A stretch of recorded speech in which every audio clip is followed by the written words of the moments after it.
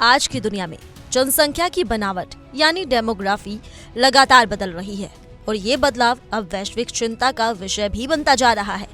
भारत जैसे देश में भी ये मुद्दा राजनीति का बड़ा हिस्सा बन चुका है। वहीं इन्हीं बदलावों के बीच प्यू रिसर्च सेंटर की एक नई रिपोर्ट सामने आई है, जिसने दुनिया भर में ईसाई धर्म के अनुयायियों की स्थिति पर बड़ा खुलासा किया है।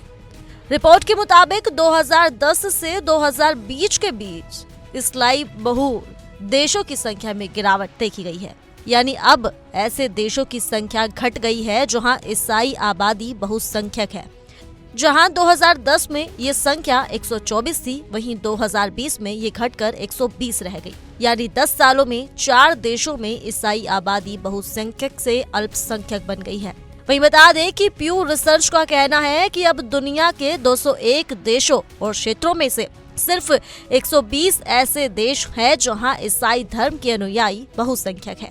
पहले आंकड़ा 62% था, अब यह 60% पर आ गया है। गिरावट भले ही मामूली दिखे, लेकिन इसका मतलब गहरा है और वो है दुनिया भर में लोगों का धर्म से नाता कमजोर होना।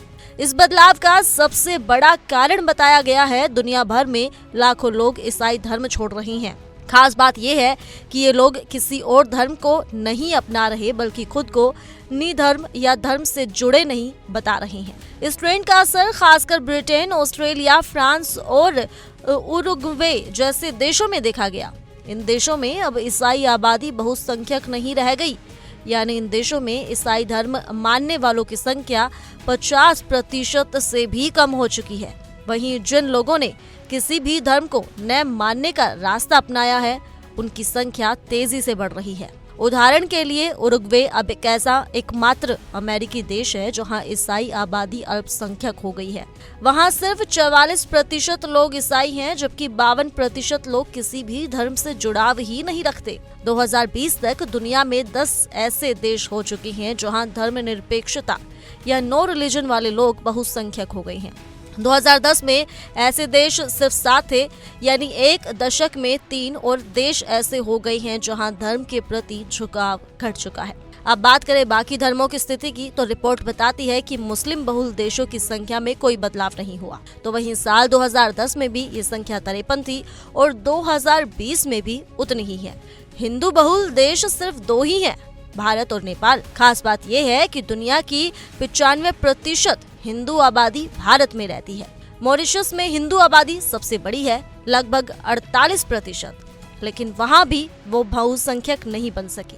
वहीं वैश्विक आबादी में हिंदू धर्म का हिस्सा लगभग 15% है।